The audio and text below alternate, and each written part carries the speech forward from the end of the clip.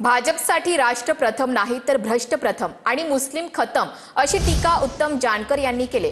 शरद पवारांच्या राष्ट्रवादीचे आमदार उत्तम जानकर यांनी भाजपवर हा निशाणा साधला।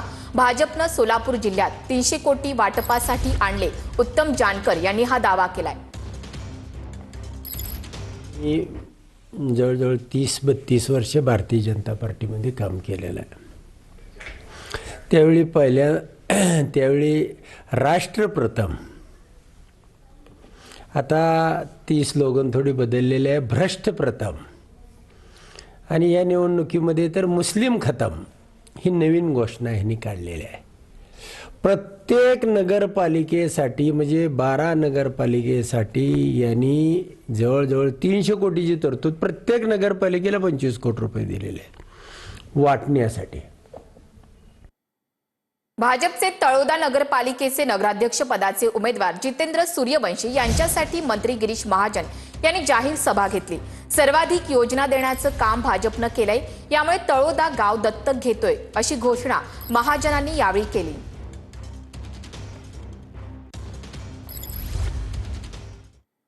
कराड नगरपालिका निवडणुकीत मोठी दहशत आहे असं माजी मुख्यमंत्री पृथ्वीराज चव्हाण यांनी म्हटलंय। निवडणुकीत काँग्रेसच्या बाजूने 2 दिवसात वातावरण फिरलं असे पृथ्वीराज चव्हाण यांनी म्हटलंय। या निवडणुकीत क्रांती घडल्याशिवाय राहणार नाही असं सुद्धा माजी मुख्यमंत्री पृथ्वीराज चव्हाण यांनी म्हटलेलं आहे।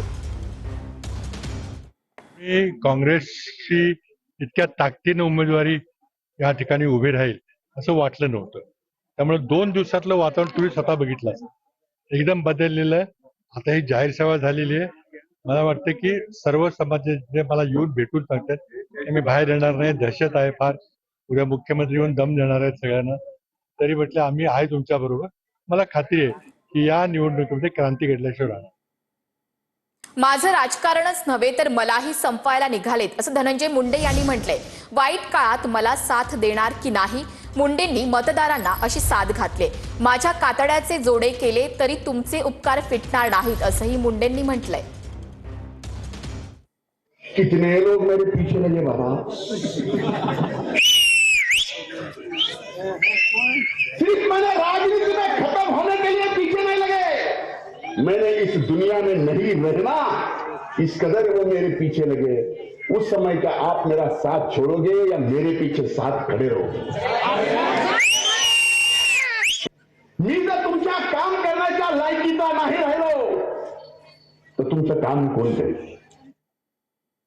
जेजुरी तीर्थक्षेत्रासाठी दूरदृष्टी असलेला पक्ष निवडून द्या, चुकीच्या माणसाच्या हातात गाडीचं स्टीअरिंग देऊ नका असं रवींद्र चव्हाण यांनी म्हटलंय। पारदर्शक कामासाठी भाजपला सत्ता द्या, भाजपा प्रदेशाध्यक्ष रवींद्र चव्हाणांनी मतदारांना हे आवाहन केलंय।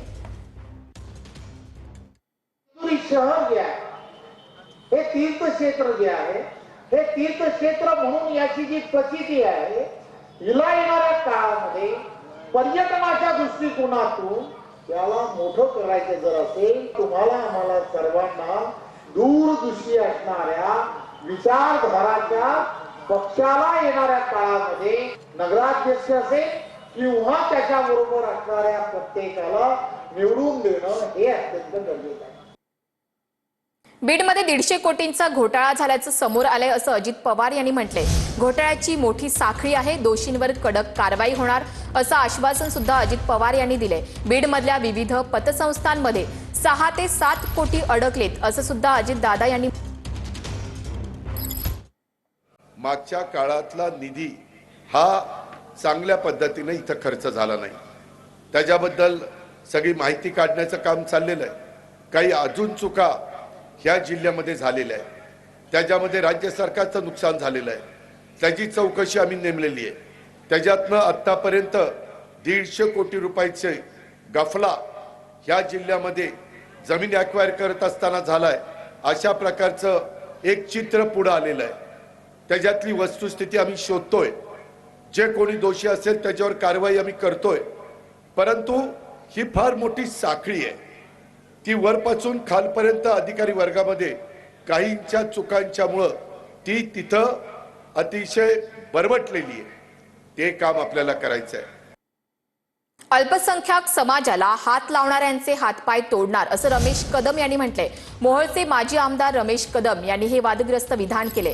माझ्यावर आधीच 14 गुन्हे आहेत, एक वाढला तर काही फरक पडत नाही असंही रमेश कदम यांनी म्हटलंय. आज या रॅलीद्वारे सांगू इच्छितो, मुस्लिम समाजाच्या एकाही मुलाला किंवा कार्यकर्त्याला जर हात लागला तर निश्चितपणाने हा रमेश कदम ते हात तोडल्याशिवाय अजिबात राहणार नाही. माझ्यावर ऑलरेडी 14 केसेस आहेत, त्याच्यात आणखीन एखाद केस झाली तरी मागे पुढे हटणार नाही. आणि मोहोळच्या मुस्लिम समाजाला हा रमेश कदम त्यांच्यावर कुठलाही अन्याय होऊ देणार नाही हा शब्द या रॅलीच्या निमित्ताने देतो. आणि मुस्लिम समाजावर उगवणारे प्रत्येक हात, त्यांचे हात पाय तोडून टाकण्यासाठी हा रमेश कदम आणि त्यांचे कार्यकर्ते कायम पुढे राहणार आहेत. अनुसूचित जातीच्या हक्काचे 50 कोटी जलपर्यटनाला वळवण्याचं काम आमदारानं केलं असं फुकेंनी म्हटलंय. कोणतंही काम न करता 28 कोटींचं बिल काढण्यात आलं असा आरोपही परिणय फुके यांनी केलाय. भंडाऱ्यातील जनतेचे एक पैशांचा हिशोब घेतल्याशिवाय राहणार नाही. परिणय फुकेंनी नाव न घेता आमदार नरेंद्र भोंडेकरांवर हा निशाणा साधलाय. भ्रष्टाचार करणाऱ्यांना जेलमध्ये टाकत नाही तोपर्यंत परिणय फुके स्वस्थ बसणार नाही, शांत बसणार नाही असा इशारा सुद्धा फुकेंनी भोंडेकरांना दिलाय. हक्काची निधी कुठेतरी त्या जलपर्यटनाला 50 कोटी रुपये वळती करण्याचं काम या आमदारांनी केलेलं आहे. 28 कोटीचं बिल, कोणतंही काम न करता 28 कोटीचं बिल देण्यात आलं. कारण ही जनतेचे पैसे आहे, या भंडारा शहरातील जनतेच्या हक्काचे पैसे आहे. ते एक पायचा हिशोब घेतल्याशिवाय मी राहणार नाही. आणि हे निवडणूक झाली, आमची नगराध्यक्ष बसली तर पहिले सगळा हा भ्रष्टाचार काढल्याशिवाय आम्ही राहणार नाही. आणि मी तुम्हाला सांगतो की जोपर्यंत या भ्रष्टाचाराच्या मागे असणाऱ्या सगळ्या लोकांना जेलमध्ये टाकलं नाही तोपर्यंत परिणय फुके स्वस्थ बसणार नाही. राजकारणामुळे घरात फूट पडता कामा नये असं उदय सामंत यांनी म्हटलंय. निलेश राणेंवर गुन्हा दाखल व्हायला नको होता असे उदय सामंत म्हणालेत. महायुतीच्या दृष्टीनं पोषक नाही असंही त्यांनी म्हटलंय. राजकारण हे राजकारणाच्या ठिकाणी असलं पाहिजे, ते घरामध्ये पोचून घरामध्ये फूट पडू नये या मताचे आम्ही सगळे आहोत. आणि म्हणून खरं तर पालकमंत्री या नात्याने नितेशजींनी देखील निलेशजींवर गुन्हा दाखल होऊ नये ही भूमिका घ्यायला पाहिजे होती असं मला वाटतं. परंतु हे जे काही चाललेलं आहे हे युतीच्या दृष्टीनं पोषक आहे असं मला अजिबात वाटत नाही. ज्यांच्या कोणाकडनं होतंय त्याच्यामध्ये वरिष्ठांनी हस्तक्षेप केला पाहिजे आणि हे वेळीच थांबवलं पाहिजे.